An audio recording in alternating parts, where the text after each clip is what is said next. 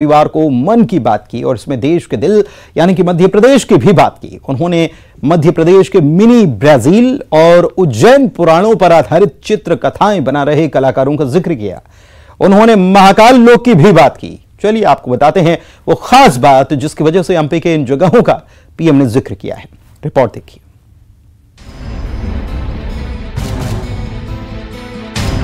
मध्य प्रदेश में एक mini Brazil बसता है, ये सुनकर आप चौंक जाएंगे। प्रधानमंत्री नरेंद्र मोदी ने एमपी के मिनी ब्राजील का जिक्र मन की बात में किया। अवैध शराब के लिए बदनाम ये गांव मिनी ब्राजील बन गया है। जिन घरों में अवैध शराब बनाने के लिए भट्टियां जलती थी, उन घरों में अब फुटबॉलर पैदा हो रहे हैं। शहडोल जिले के विचारपुर गांव से 40 खिलाड़ी स्टेट और नेशनल टीम में खेल रहे हैं। पीएम मोदी जुलाई के पहले सप्ताह में शहडोल आए थे। शहडोल के पकरिया गांव में उन्होंने स्थानीय लोगों से मुलाकात की थी। इसी मुलाकात के दौरान वो फुटबॉल क्रांति में शामिल बच्चों से भी मिले। पीएम मोदी ने तब कहा था, मैं मिनी ब्राजील का जिक्र मन की बात में भी करूंगा।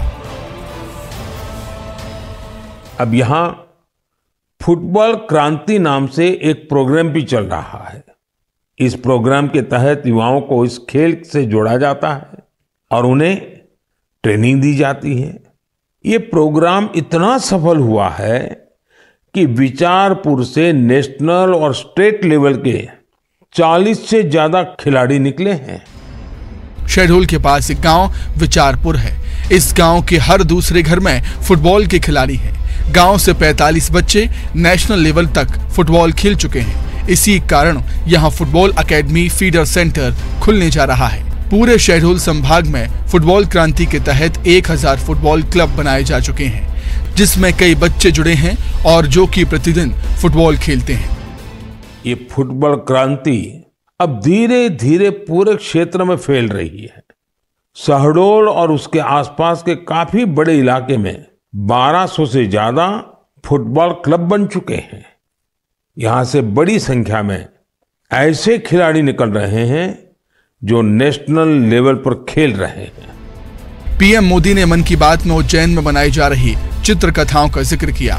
दरअसल उज्जैन में देश भर के 18 चित्रकार पुराणों पर आधारित आकर्षक चित्र कथाएं बना रहे हैं। ये चित्र बूंदी शैली, नाथ द्वार शैली, पहाड़ी शैली और अपभ्रंश शैली जैसी कई विशिष्ट शैलियों में बनेंगे।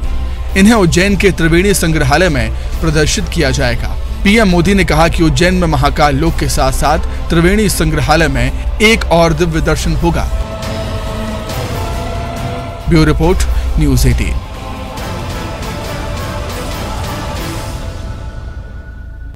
रविवार की सुबह देश में लोग उठ ही रहे थे कि तभी इसरो ने एक और कमाल कर दिया। जी हां, भारतीय अंतरिक्ष अनुसंधान संगठन यानी कि इसरो ने चंद्रयान 3 मिशन की सफल लॉन्चिंग के बाद 17 दिन बाद रविवार सुबह 6:30 बजे PSLV C56 रॉकेट से 7 सैटेलाइट लॉन्च किए। 10, 9, 8, 7, 6, 5, 4, 3, 2, 1, 0। देश में जब लोग सोकर उठ रहे थे तब तक इसरो कमाल कर चुका था।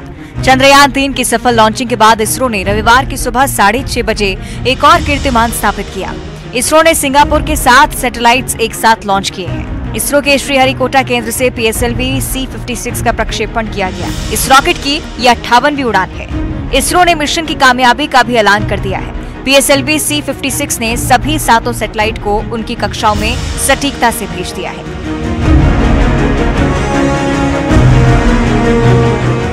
इस लॉन्चिंग में DSSAR मुख्य सैटेलाइट है, जिसे सिंगापुर की defence science and technology agency की तरफ से भेजा गया है। यह सैटेलाइट सिंगापुर की सरकार को नक्शे बनाने में मदद करेगी।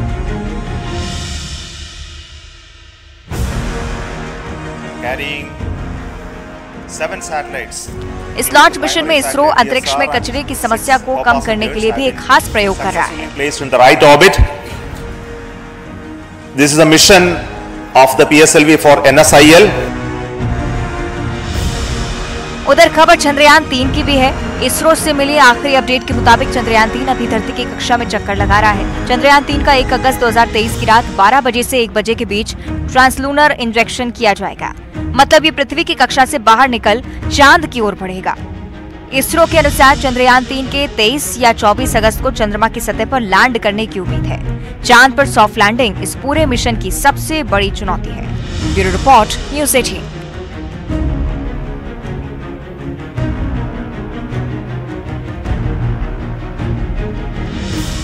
और चलिए बढ़ते हैं आगे। केंद्रीय गृह मंत्री अमित शाह ने मध्य प्रदेश में मालवा से बीजेपी के चुनावी अभियान का आगाज कर दिया। शाह ने रविवार को इंदौर में बीजेपी के विजय संकल्प कार्यकर्ता सम्मेलन को संबोधित किया और चुनावी जीत का संकल्प दिलाया। इस दौरान उन्होंने कांग्रेस और विपक्षी दलों पर जमकर निशाना भी साधा।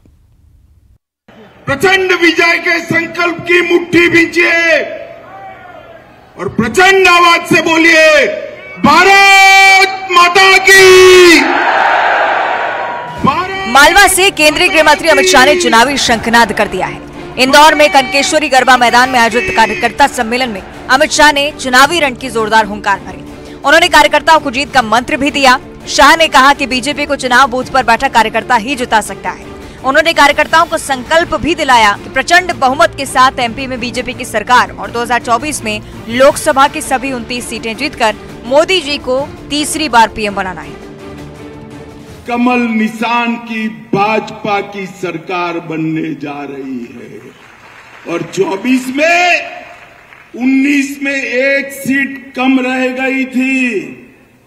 एक सीट कम रह गई थी ना, 28 आई थी, 24 में 29 की 29 मोदी जी की झोली में डाल दी। अमित शाह ने विपक्षी एकता पर भी सवाल उठाए। उन्होंने कहा कि ये लोग धारा 370 खत्म करने का विरोध करते थे। ये नाम बदले तो भी कोई इन्हें वोट देगा क्या? उन्होंने कहा कि पीएम मोदी ने पूरी दुनिया में भारत का झंडा बुलंद किया है। वे कहीं भी जाएं, लोग मोदी मोदी के नारे लगाते हैं। ये नारे मोदी के लिए नहीं है, वो बीजेपी के लिए भी नहीं है, बल्कि भारत की 140 करोड़ जनता के सम्मान में नारे लगे हैं। ये मोदी मोदी के नारे मालवा, मध्य प्रदेश और भारत की 130 करोड़ की जनता के सम्मान में नारे लग रहे हैं। मोदी जी ने हर क्षेत्र में भारत को आगे बढ़ाने का काम किया है। विकास के काम इतने हुए हैं कि मैं गिनाने जाऊं तो 7 दिन की भागवत सप्ताह बिठा दे तो भी सूची समाप्त नहीं होगी। इंदौर की सभा में सीएम शिवराज सिंह चौहान ने कहा कि संघर्ष का शंख बज गया है। सीएम शिवराज ने भी विपक्ष पर करारा हमला बोला। तीर्थ दर्शन फिर चालू, केवल रेल से नहीं, अब हवाई जहाज से भी तीर्थ दर्शन करने अपने प्रदेश के बुजुर्ग जा रहे हैं। गरीब बहनों को बेटा बेटी के जन्म के पहले 4,000 और बाद में 12,000 देते थे। वो लड्डू के 12 और 4 16,000 भी कमलनाथ गटक गए, वो भी खा गए। पूरा मध्य प्रदेश भ्रष्टाचार का अड्डा बन गया। चारों तरफ वल्लभ भवन को भी दलालों का अड्डा बनाया और वो पाप किया तो कमलनाथ ने किया। कई सिंचाई योजनाएं अभी ईओडब्ल्यू में मामले चल रहे हैं। सिंचाई योजनाएं टेंडर हुए और ठेकेदार को एडवांस दे दिया कि ले जा, काम शुरू हो चाहे ना हो, सामग्री आए चाहे ना आए, तुम तो कमीशन दे जाओ और पैसे ले जाओ। मालवा से चुनावी शंखनाद की मायने अहम है। मध्य प्रदेश की राजनीति में मालवा निमाड़ की 66 सीटें महत्वपूर्ण मानी जाती हैं। अमित शाह हर हाल में मालवा निमाड़ फतह करना चाहते हैं, क्योंकि सत्ता को बरकरार रखने के लिए मालवा निमाड़ की ज्यादा से ज्यादा सीटें जीतना भाजपा के लिए जरूरी है। न्यूज़ 18 के लिए इंदौर से अरुण त्रिवेदी की रिपोर्ट। उज्जैन में महाकाल की सवारी पर थूक कांड का बवाल अभी थमा ही था कि शनिवार को एक युवक ने पुलिस कंट्रोल रूम में महाकाल की सवारी को लेकर धमकी दे डाली। घटना को लेकर संत और हिंदू संगठन नाराज हो गए।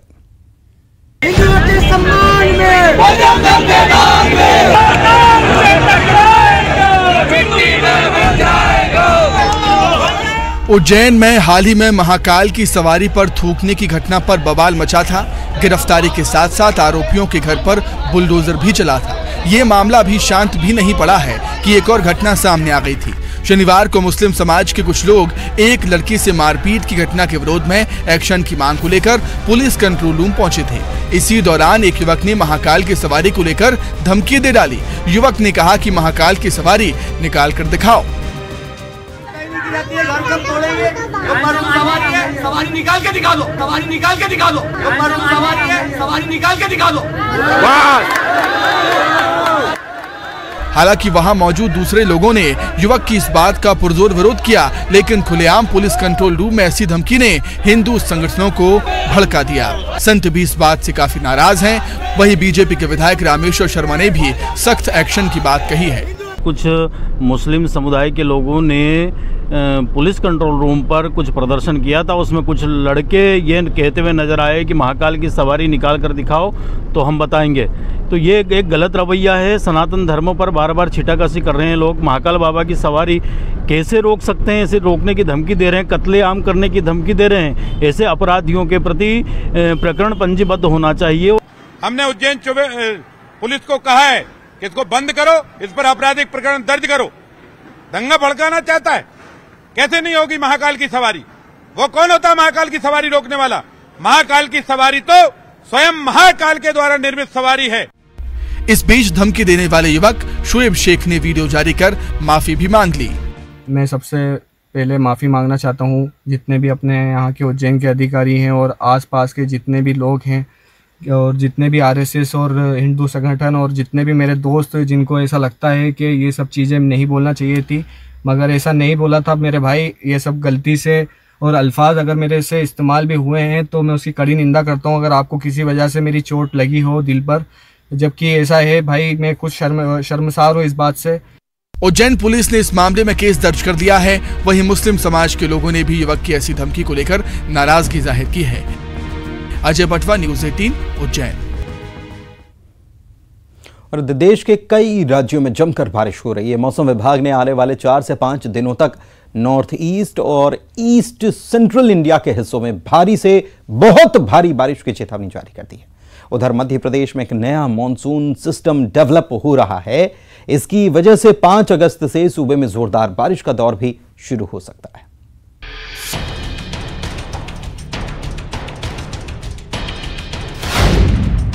मॉनसूनी सीजन में हुई भारी बारिश ने कई राज्यों में तबाही मचा दी है। हिमाचल और उत्तराखंड जैसी पहाड़ी राज्यों में आसमान से आफत बरसी है। हिमाचल, महाराष्ट्र, उत्तराखंड, यूपी, राजस्थान, मध्य प्रदेश, छत्तीसगढ़, बिहार, झारखंड, उड़ीसा, पश्चिम बंगाल, असम और अरुणाचल प्रदेश में भारी बारिश का अलर्ट है। मध्य प्रदेश में सामान्य से करीब 6% ज्यादा बारिश हो चुकी है। पूरे मध्य भारत की बात करें तो सामान्य से 15% ज्यादा बारिश हो चुकी है। वहीं उत्तर पश्चिम भारत में सबसे ज्यादा यानी सामान्य से 34% ज्यादा बारिश हुई है।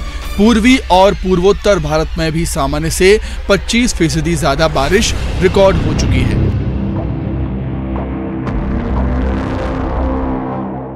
बात एमपी की करें तो फिलहाल सूबे के कुछ जिलों में बारिश हो रही है, लेकिन मौसम विभाग का मानना है कि जल्द ही एक नया सिस्टम एक्टिव हो रहा है जो 5 अगस्त में सूबे में भारी बारिश करवा सकता है। अगले 24 घंटे के दौरान मध्य प्रदेश के 18 जिलों में भारी बारिश की उम्मीद है। वहीं राज्य के 8 जिलों में गरज चमक के साथ बिजली भी गिरने की आशंका है। इस दौरान भोपाल, इंदौर, ग्वालियर सहित अन्य जिलों को बारिश से राहत रहेगी। इन जिलों में केवल हल्की बारिश होने की संभावना है। उधर छत्तीसगढ़ में मानसून परवान पर आ गया है। मौसम विभाग ने छत्तीसगढ़ में अगले 24 घंटे के भीतर कई इलाकों में भारी बारिश की चेतावनी जारी की है। कम बारिश होने की वजह से सूखे जैसे हालात का सामना कर रहे सरगुजा संभाग में भी बारिश की संभावना है। मौसम विभाग के अनुसार प्रदेश के उत्तरी हिस्से में अच्छी बारिश की संभावना है। Bureau report, news 18, Madhya Pradesh, Chhattisgarh.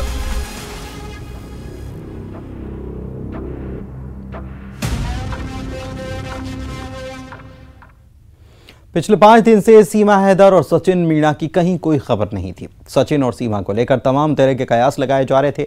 सीमा के एटीएस कस्टडी में होने का दावा भी किया जा रहा था। सचिन और बच्चों को लेकर भी कई दावे किए गए थे, लेकिन एक वीडियो ने उन सभी सवालों पर लगा दिया है विराम।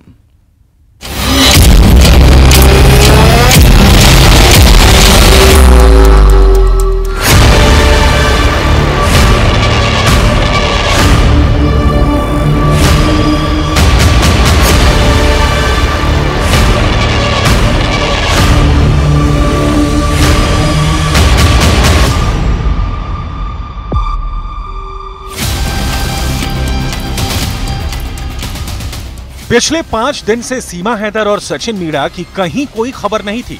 सचिन और सीमा को लेकर तमाम तरह के कयास भी लगाए जा रहे थे। सीमा के एटीएस कस्टडी में होने का दावा किया जा रहा था। सचिन और बच्चों को लेकर भी कई दावे किए गए थे, लेकिन एक वीडियो ने उन सभी सवालों पर विराम लगा दिया। और इस वीडियो में बाकायदा बताया जा रहा है कि जो परिवार है वो माली हालत से गुजर रहा है और अब उन्हें खाने पीने की दिक्कतें होने लगी हैं, जिसको लेकर एसएचओ को एक खत लिखने की बात भी इस वीडियो में सामने आ रही है। दावा है कि ये सचिन मीणा के रिश्तेदार का घर है, जहां सचिन मीणा भी हैं, सीमा हैदर भी हैं, सचिन के पिता नेत्रपाल मीणा भी हैं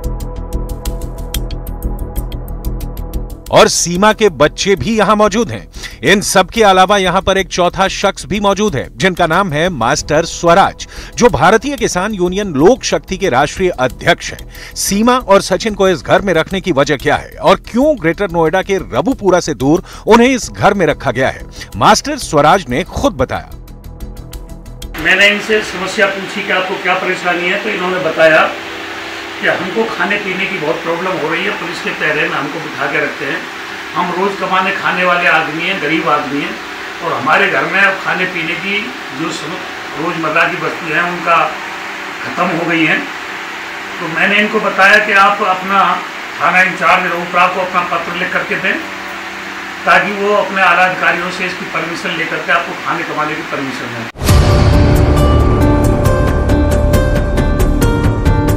दरअसल सीमा की पाकिस्तान से भारत आने के बाद से ही वो लगातार मीडिया में सुर्खियां बनी हुई हैं। सीमा से मिलने के लिए लोग उनके घर के बाहर कतार लगाए खड़े हैं। सीमा से बातचीत के लिए सुबह से लेकर शाम कार्यकर्ता